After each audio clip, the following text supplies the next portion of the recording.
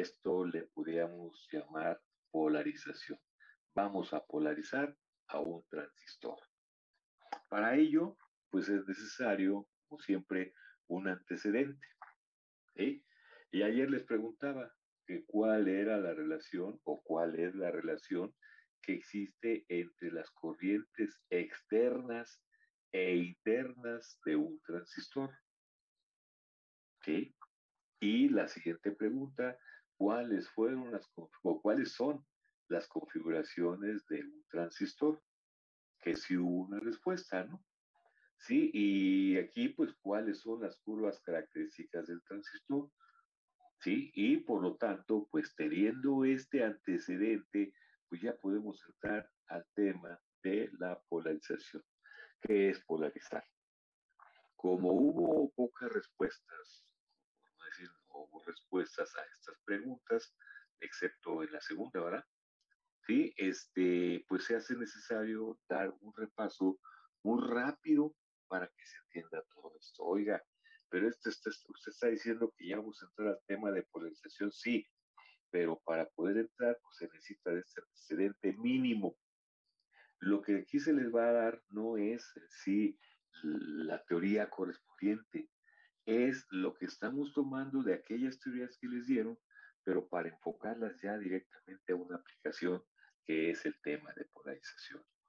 Así que no esperen ustedes que veamos a fondo esta respuesta, sino simplemente vamos a agarrar lo que nos interesa para dar respuesta a ello y llevarlo a la práctica.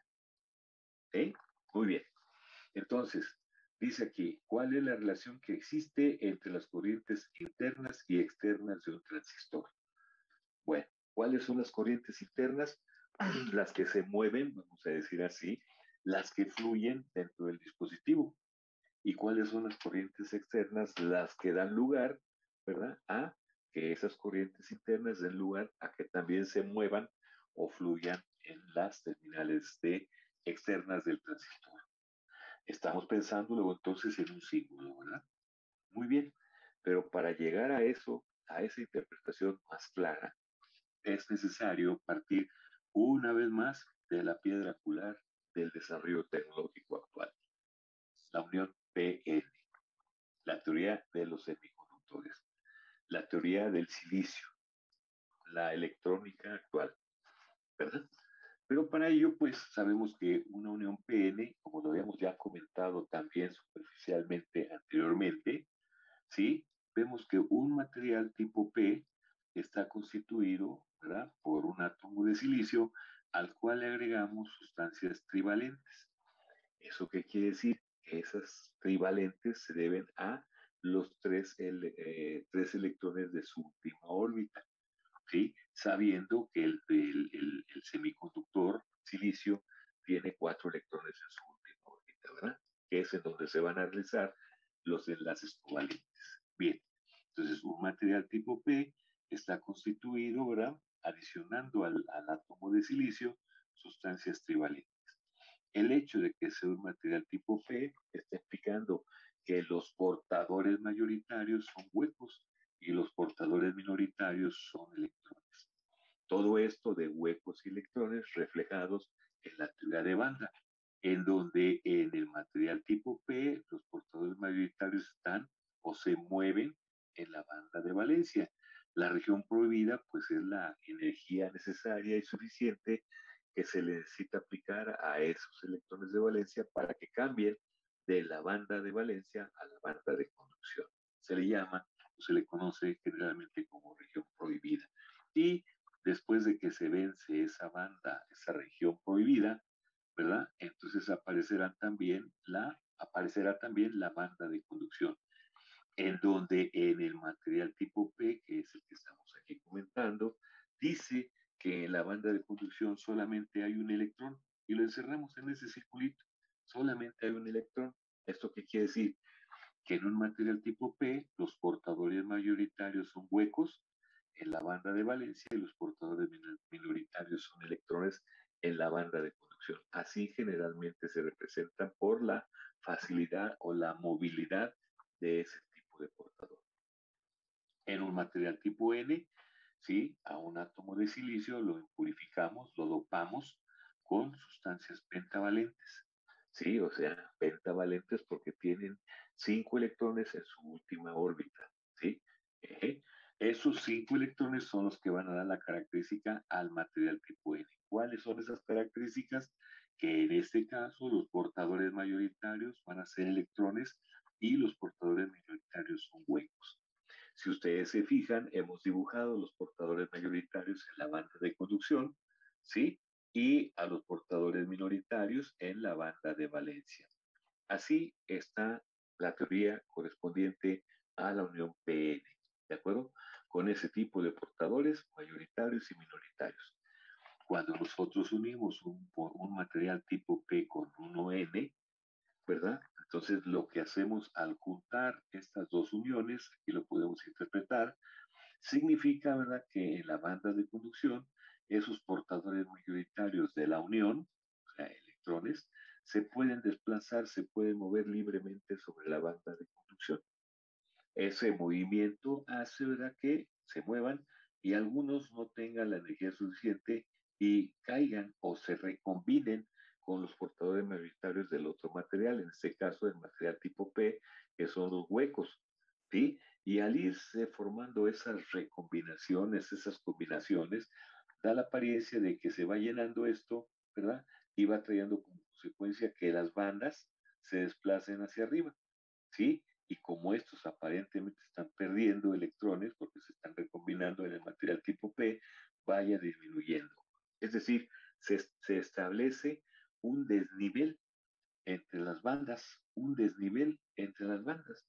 Y entonces, como los electrones que están en la banda de conducción son los que dan la característica de conductividad, entonces implica que ya los electrones, ya cuando se logra la estabilización, ya no tienen la energía suficiente para desplazarse sobre la banda de conducción, cesan las recombinaciones y el cristal se equilibra, se estabiliza, quedando la distribución en esta forma. Hasta aquí tenemos la teoría de la unión PN, ¿sí? Si ahora bien a esa unión PN la polarizamos directamente, ¿qué quiere decir eso? Bueno, que al material tipo P le aplicamos el borne positivo y que al material tipo N le aplicamos el borne negativo, eso quiere decir polarización directa. ¿Qué trae como consecuencia? Ya estando estabilizado el cristal, entonces cuando se polariza, se vuelve a establecer esa conexión, esa conductividad, en donde los electrones ahora, aquí en este material tipo N, son repelidos por el borde negativo de la fuente de corriente directa. Y al ser repelidos, algunos de ellos adquieren la energía suficiente y son atraídos por el borne positivo, o sea, salen del semiconductor y se establece un flujo de corriente. Un flujo de corriente debido a estos portadores mayoritarios. Algunos de estos portadores mayoritarios no tienen la energía suficiente y se recombinan con los huecos que hay en el material tipo P. Al recombinarse, queda cargado el átomo con un ion negativo y también, ¿verdad?, son atraídos por el bote positivo. Es decir, estando una unión PN polarizada directamente, hay un flujo de corriente y ese flujo de corriente se debe a los portadores mayoritarios. Por esa razón es del orden de los miliamperes, ¿sí? Es del orden de los miliamperes. Ahora bien, cuando a la unión PN la polarizamos inversamente, ¿eso qué quiere decir? Que al material tipo P le aplico el borne negativo de la fuente y al material tipo N le aplicamos el borne positivo de la fuente de alimentación de corriente directa. ¿Qué es lo que pasa? Bueno, que como aquí en este material tipo N los portadores mayoritarios son electrones, todos estos portadores mayoritarios van a traer como consecuencia que sean atraídos por el borne. Y aquí, como tenemos el potencial negativo aplicado a estos huecos, todos estos huecos van a ser atraídos. ¿Esto que trae como consecuencia? Que este desnivel crezca, ¿verdad? Se haga más grande y entonces no haya ningún flujo debido a los portadores mayoritarios. No hay flujo debido a los portadores mayoritarios porque todos son atraídos y alejados de la unión, formando una región de vaciamiento mayor. ¿de acuerdo? Pero, ¿qué pasa con los portadores minoritarios? Habíamos dicho que en un material tipo P, los portadores minoritarios son electrones, aquí están. Y en un material tipo N son los huecos, aquí están. Entonces, si ustedes se fijan, este borde negativo repele a este electrón. Este electrón, ¿verdad?, puede adquirir suficiente energía que es atraído por el borde positivo de la fuente. Este electrón, si no adquiere la energía suficiente, se puede recombinar con este hueco, quedando un ion negativo y ser atraído por el borde positivo de la fuente de alimentación. Entonces, ¿esto qué implica? Pues que va a haber un flujo de corriente, pero que lleva un sentido contrario a la debida a los portadores mayoritarios, ya que esta corriente, que si está fluyendo en polarización inversa, se debe a los portadores minoritarios, haciendo la diferencia de que siendo mayoritarios la corriente es del orden de los miliamperes y siendo minoritario la corriente es del orden de los microamperes. Esto ya lo habíamos visto con anterioridad. ¿Alguna pregunta? No, profe. Bueno, si no hay preguntas, aparte de tener este tipo de portador mayoritario y este tipo de portador minoritario, acuérdense bien, mayoritario miliamperes, minoritario microamperes o nanoamperes inclusive, ¿de acuerdo? Son corrientes mucho, muy pequeñas. El hecho es de que haciendo un corte transversal al cristal también se puede analizar esta función de la región de vaciamiento, ¿verdad? Tanto en una como en otra. Cuando el diodo está polarizado directamente o cuando la unión PN está polarizado directamente, entonces decimos que la región de vaciamiento, este desnivelito, pues es continuo, ¿verdad? Si hay un flujo de corriente, si hay un flujo de corriente. Pero para cuando la unión está polarizada inversamente, vean cómo la región de vaciamiento crece. De vaciamiento o desértica, porque en esta unión no hay ningún portador en ese espacio. ¿Sí? Es una región de vaciamiento, ¿sí? Una región vacía. Pero ¿por qué aparecen esas cargas que aparecen aquí, positivas de un lado y negativas del otro? Bueno, porque aquí hay una recombinación. Estos electrones, al combinarse con un hueco de acá, del material tipo P, ¿verdad? Este va a quedar cargado, es este electrón que partió hacia acá, va a quedar como un hueco, o sea, va a quedar como un átomo descubierto, un átomo que perdió un electrón y va a quedar como un ion positivo, ¿de acuerdo? Mientras que este otro, como ganó un electrón, pues va a quedar como un átomo negativo o va a quedar negativamente. Entonces, cuando como parten electrones de aquí hacia acá y se recombinan, ¿verdad? Y quedan negativamente. Y cuando parte ese electrón de este material tipo N hacia material tipo P, deja un hueco, entonces esa recombinación sucede precisamente en la unión, formándose esas cargas descubiertas. Del lado P, cargas descubiertas negativas y del lado N, cargas descubiertas positivas. Esto, si nosotros lo relacionamos, ¿verdad?, con la conducción del diodo, implica que mientras este voltaje aplicado externamente no rebase a este, pues va a haber un flujo de corriente mínima. Pero para cuando este voltaje aplicado externamente rebasa a este efecto de SBD, que es un efecto parásito, ¿verdad? Es un efecto debido a la física del electrón, a la física de la unión PN, ¿sí? Esto va a implicar, ¿verdad?, que va a estar representado por un BD. Le aplicamos un voltaje mayor, va a haber una conducción debido a esa diferencia potencial. Le aplicamos un voltaje por debajo del valor de este BD, va a haber una corriente mucho, mucho, muy pequeña. ¿De acuerdo? Muy bien. Así podemos representar al BD, pero también estas cargas descubiertas positivas del lado N y negativas del lado P también pueden ser interpretadas como las placas de un capacitorcito, de un capacitor cargado, positiva de un lado y negativa del otro. Entonces, eso es un efecto también capacitivo que presenta la unión PN. Fíjense bien, como la capacidad varía en función inversa a la distancia, como la separación entre las plaquitas, ¿sí?, entre esas cargas descubiertas es muy pequeña, entonces querrá decir que esa capacidad del diodo es muy grande.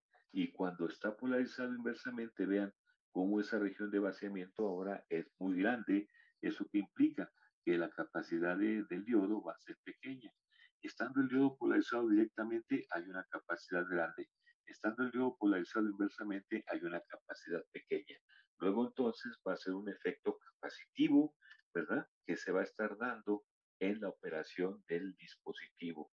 Este capacitor no es físico, es un efecto debido a las cargas descubiertas. No es físico, es un efecto debido a las cargas descubiertas, debido a la operación del circuito. Es un efecto, no es una fuente que esté internamente, sino es un efecto debido a la conducción en la unión PN. Eso es lo que nos dice la teoría. Eso es lo que nos dice la teoría. Acuérdense bien, nosotros cuando estemos dibujando un circuito, pues no vamos a dibujar una unión PN, pues estando polarizado directa o inversamente, de acuerdo a lo que estamos ahorita aquí diciendo, sino que generalmente vamos a estar utilizando símbolos. El modelo simbólico de un diodo ideal, o sea, de una unión PN, pues viene siendo esto, real. El diodo encerrado en un círculo. Un diodo ideal es el diodo sin círculo. ¿De acuerdo? Estos son los modelos simbólicos. Si vamos nosotros a representar el efecto de un diodo, el efecto de una unión PR, pues vamos a utilizar el símbolo real o el símbolo ideal. Nosotros ya sabemos, por ejemplo, en su práctica 2, ¿sí? Cuando calcularon ustedes los valores teóricos de ese rectificador de media onda o de onda completa, consideraron al diodo ideal. ¿Eso qué significa? Que su BD vale cero, ¿verdad? Es un diodo ideal. Si su BD vale cero, entonces implica que este modelo simbólico también tiene un modelo gráfico. Y aquí está. Este es el modelo gráfico de un diodo ideal. ¿Qué es esto? Pues si se fijan, tiene un valor, ¿verdad? Cuando el voltaje BD que se aplica es negativo, o sea, está polarizando inversamente, no hay ningún flujo de corriente, pero es ideal. Pero para cuando se le aplican 0 volts, vean cómo hay un flujo de corriente muy grande. ¿De acuerdo? Es el símbolo de un diodo ideal.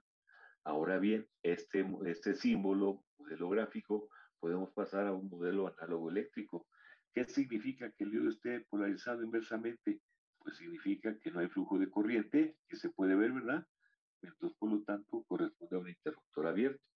Más sin embargo, cuando se cierra, o sea, cuando comienza a conducir, entonces implica que el interruptor se cerró. Entonces, el modelo del diodo ideal, sin círculo, significa abierto o cerrado. Abierto, polarizado directa, inversamente, cerrado, polarizado directamente con 0 volts aplicado. Es un modelo, es un modelo. ¿Sí? Más sin embargo, llevando esto es lo que vamos a utilizar y lo que utilizamos en el concepto y lo que utilizamos en la práctica número 1, que ahí está demostrado. ¿Cuándo vamos a utilizar el modelo real? Bueno, ¿qué dice el modelo real? Bueno, el modelo real dice que realmente el comportamiento del circuito, aquí lo mencionábamos, que conforme se va venciendo, cuando el voltaje aplicado es mucho, muy pequeño, hay un pequeño flujo, pero a medida que este voltaje comienza a aumentar, sin llegar a rebasar el BD, va aumentando la corriente, pero para cuando este voltaje externo se aumenta, rebasa el BD, entonces va a haber una conducción de corriente debido a los portadores mayoritarios. ¿Esto cómo lo vemos aquí en nuestro modelo? Aquí está, miren, conforme el voltaje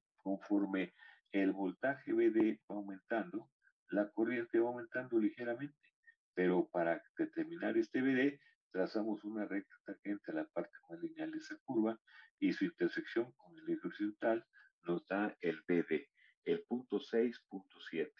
¿De acuerdo? Entonces, a medida que el BD aumente, el diodo va a estar trabajando ya en su región lineal.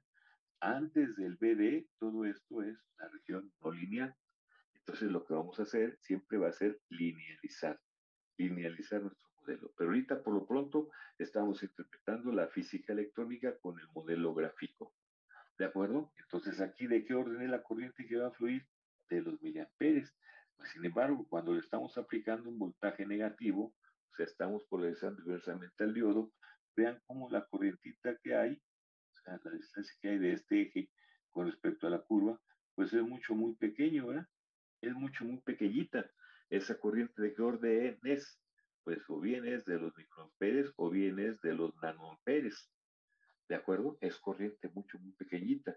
Obviamente, si nosotros seguimos aumentando ese voltaje inverso, va a llegar un momento, ¿verdad?, en donde, ¡pum!, se interrumpe o se destruye el dispositivo.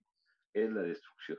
¿Qué es lo que tenemos que hacer? Pues tratar de evitar esta región y de evitar esta región, ¿verdad? Y solamente estar trabajando en su parte más lineal y solamente estar trabajando en su área segura de ese voltaje inverso.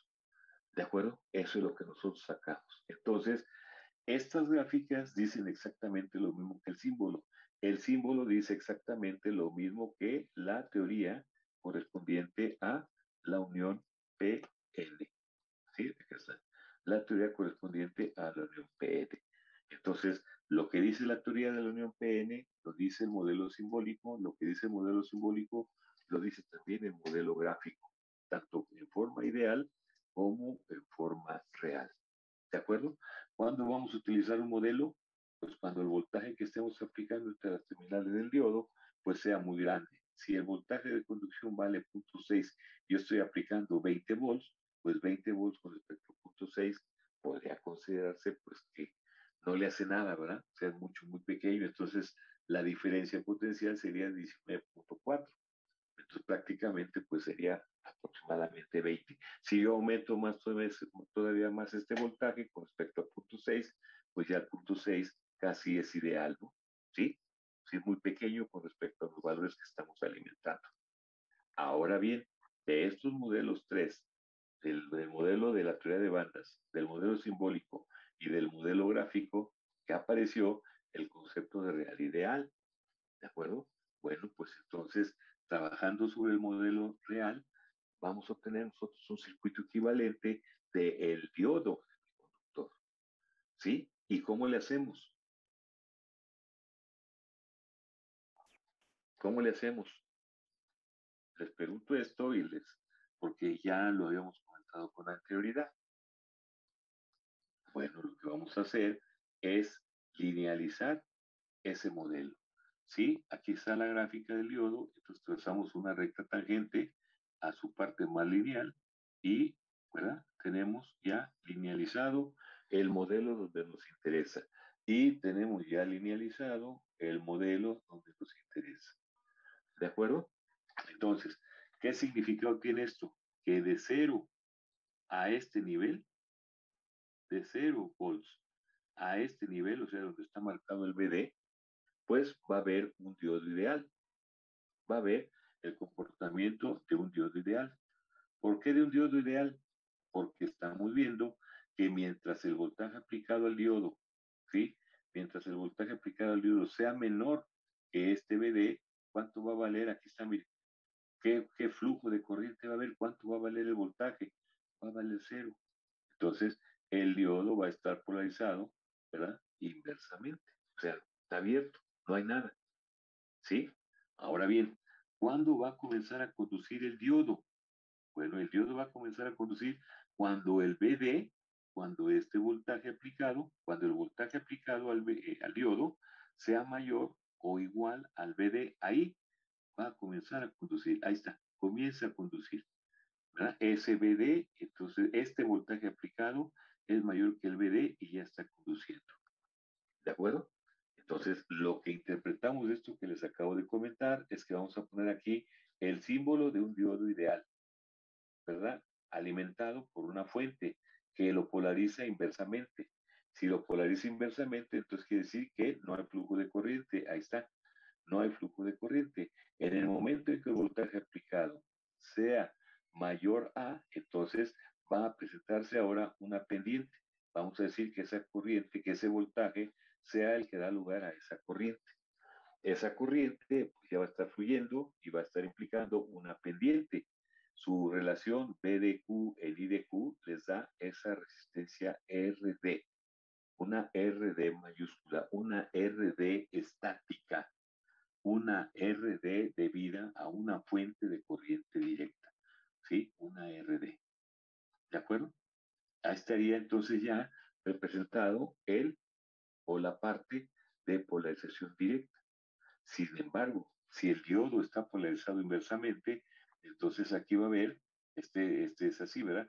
Para que esté polarizado directamente es así, más positivo y este menos positivo, ¿verdad? Más menos como estamos acostumbrados a. Entonces el diodo estaría polarizado inversamente directamente. ¿Qué pasaría con esta parte del símbolo? Pues que el diodo, ¿cómo está polarizado? El menos con el más. Entonces está implicando que está polarizado inversamente. Por lo tanto, pues esto está abierto. Pero para cuando se invierte la condición, que este sea menos y que este sea más, entonces ahora el que va a quedar abierto es el de arriba y el que va a funcionar muy bien es el de abajo, presentando una resistencia muy grande. ¿Por qué? Porque aquí se puede ver, ¿verdad? Que la relación voltaje-corriente, siendo la corriente mucho, muy pequeña, como está en el denominador, hace que la resistencia RD sea del orden de los mega ohms, mientras que la RD pues, sea del orden de los cientos de ohms, ¿de acuerdo? Entonces, este sería el circuito equivalente para cuando está polarizado inversamente. Y aquí está el efecto capacitivo. Si está polarizado directamente, ¿sí? La unión PN está muy, la región de vaciamiento está muy cerca una de otra. Este capacitor es grande. Cuando se polariza inversamente, este capacitor es pequeño, pero siempre va a estar el efecto capacitivo en uno o en otro análisis.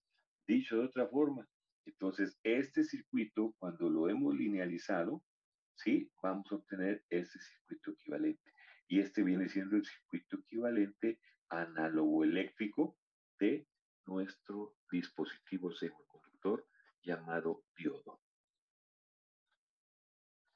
¿Sí? ¿Cuál es el circuito equivalente? Cuando el diodo está polarizado directamente sin este o lo demás. Como está polarizado directamente, ¿cómo es esta capacidad? La región de vaciamiento es muy pequeña, la capacidad es grande. ¿De qué orden? No mayor, bueno, de 100 picoamperes, 100 picofaras, ¿sí? Cuando está polarizado directamente. Cuando el diodo esté polarizado inversamente, ¿qué es lo que va a funcionar? Bueno, esto se abre y nos queda este circuito equivalente. ¿De qué orden es esta capacidad? La región de vaciamiento es muy grande, por lo tanto la capacidad va a ser muy pequeña. Va a haber un comportamiento de frecuencia entonces del dispositivo. Los diodos que estamos utilizando nosotros en nuestra práctica 1, ya les había dicho, son diodos de rectificación, ¿verdad? Así están en el manual, porque hay otro tipo de diodo, ¿sí? En donde esta capacidad, pues ya juega un papel mucho, muy importante, ¿sí? Debe de ser casi cero para que no haya ninguna distorsión en tiempo. Es decir, los diodos de rectificación los estamos utilizando en las fuentes de alimentación. Los diodos de conmutación los vamos a utilizar precisamente en digitales, ¿sí? Ustedes están viendo ahorita diodos, ¿sí? Y no están hablando de un diodo en donde su voltaje pico inverso es de 1000 volts, viéndome bajito, los que estamos utilizando en nuestra práctica, ¿sí? Nosotros vamos a utilizar en electrónica digital diodos en donde quizás el voltaje pico inverso es de 10 volts. O sea, estos diodos son de conmutación. ¿Sí? Estos diodos son especiales precisamente para que puedan usarse en electrónica digital 0 y 1. ¿Eso qué implica? Que esta capacidad pues es mucho, muy pequeña en este tipo de diodos que en este. Entonces hay dos tipos de diodos en el manual. Y los diodos utilizados para conmutación que tienen por característica voltajes pico inverso de 10 volts y los otros son los diodos de rectificación. Un diodo de rectificación no lo voy a usar en aplicaciones de circuitos digitales porque no sirven. Es más, ustedes hicieron una práctica del diodo rectificador, ¿no? Ya les había dicho. Armaron un rectificador de media onda y le metieron, le excitaron con una señal sinusoidal de 60 Hz. ¿Y cuál fue la respuesta? Ah, pues qué bonita forma de onda. Y luego el ejemplo, aunque sea teóricamente, aumentaron la frecuencia. Fueron aumentando esta frecuencia, quizás llegaron a 100 Hz y ya la onda rectificada no era de media onda, sino que comenzaba a distorsionarse. Y si aumentaban todavía más la frecuencia, ya no había ninguna señal rectificada, sino casi había, por decirlo así, una onda senoidal. ¿Eso qué significa? Que el diodo utilizado en las fuentes de alimentación no sirve para frecuencias por arriba de 60 Hz. Pero a ver, ahora lo pongo al revés. Yo en un circuito de alta frecuencia necesito usar un diodo. Entonces, ¿qué tipo de diodo voy a usar? ¿Este? No, ¿verdad? Voy a utilizar un diodo que tiene la apariencia, la misma nomenclatura, pero con características diferentes, en donde este sí lo voy a poder utilizar a esa frecuencia. Y si, por ejemplo, fuese un rectificador de media onda, en un mega, en un megahertz, estaría entregando la forma rectificada de media onda. Entonces hay dos tipos de diodos. Aquí simplemente estamos hablando mucho, muy general, pero ambos tienen el mismo comportamiento. En conmutación, este es el que predomina. En digital, pues este es el que predomina, ¿verdad? El voltaje de conducción en analógico. ¿De acuerdo? Muy bien. Entonces, hecho ese comentario, ¿existe por ahí alguna pregunta, jóvenes? Porque ya con esto, pues después del modelo análogo eléctrico, pues sigue un modelo matemático y el modelo matemático es este. Esta ecuación dice exactamente lo mismo que esta, dice exactamente lo mismo que esta o esta, y dice exactamente lo mismo que la teoría de la unión PN. Todo está relacionado a esta teoría. Así que esos son los comportamientos que tenemos. ¿Alguna pregunta, jóvenes? Yo, profe, pero es en cuanto a la práctica, ¿cuándo se entrega la práctica, la segunda? La terminamos ayer, ¿no? Ayer fue miércoles, ¿sí? Sí, profe. Perdón. Entonces, dentro de 8 días me la entregan, por favor, ¿sí? Ok, perfecto, ¿Sí? gracias, profesor. Ándale, pues. ¿Algún otro comentario, pregunta, duda, inquietud? ¿Algo? No, profe. Esto lo vieron en dispositivos, ¿no? Sí. ¿No? De una forma u otra lo vieron en dispositivos. No lo vieron o no recuerdan, les sugiero que recurran a sus referencias, ¿sí? Bibliográficas. Denle una ojeadita. Esto que les estoy comentando es el mínimo necesario y enfocado a nuestra necesidad, ¿no? A nuestro objetivo, ¿sí? Que es tener el concepto de lo que es cada una de estas gráficas que tenemos aquí, de estos símbolos, ¿sí? Porque vamos a dar respuesta a la primera pregunta. Fíjense, estamos hablando de diodos y aquí le estoy diciendo que vamos a hablar del dispositivo llamado transistor y estamos diciendo qué relación existe entre las corrientes externas e internas en un transistor y qué tiene que ver con la teoría del diodo. Mucho, mucho, porque es la piedra angular de todo el desarrollo tecnológico actual. ¿Por qué? Porque ahora vamos a ver la teoría, ¿verdad? De la unión NPN. Vamos a formar un sandwichito. Vamos a tener una unión NPN. ¿De acuerdo? Simplemente diríamos teoría de la unión NPN. ¿Qué le vamos a llamar más adelante transistor? Bueno, teoría del transistor, teoría de operación del transistor. Un transistor entonces está formado por una unión NPN o también está formado por una unión PNP. ¿Cuántos tipos de transistores hay? Dos. ¿Cuál es? El NPN y el PNP. Punto. ¿Cuál vamos a analizar? El NPN, el de aplicación general. Oiga, ¿y cuándo lo vamos a aplicar?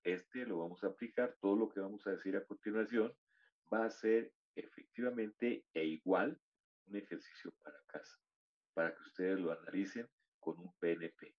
Nosotros vamos a analizar ahorita el NPN, ¿sí? Dicho de otra forma, si ya estamos con el tema del transistor o con la teoría NPN, vean cómo están polarizadas la primera unión NP y la segunda unión PN. Porque hay dos uniones. La primera unión, ¿verdad? NP, fíjense bien cómo dice, este es N, este es N, este es N. Y fíjense bien, le aplicamos un borde negativo de la fuente. Y a esta P le aplicamos un borde positivo de la fuente. ¿Cómo está polarizada esta primera unión? ¿Directa o inversamente? N con N y P con P. Directa, ¿verdad? Está directa. Ok, muy bien. Ahora, a la segunda unión, a esta segunda unión PN, vean cómo la estamos polarizando. Este es N y es porne positivo de la fuente. Y este es P, porne negativo de la fuente. ¿De acuerdo? Entonces, ¿cómo estamos polarizando a este?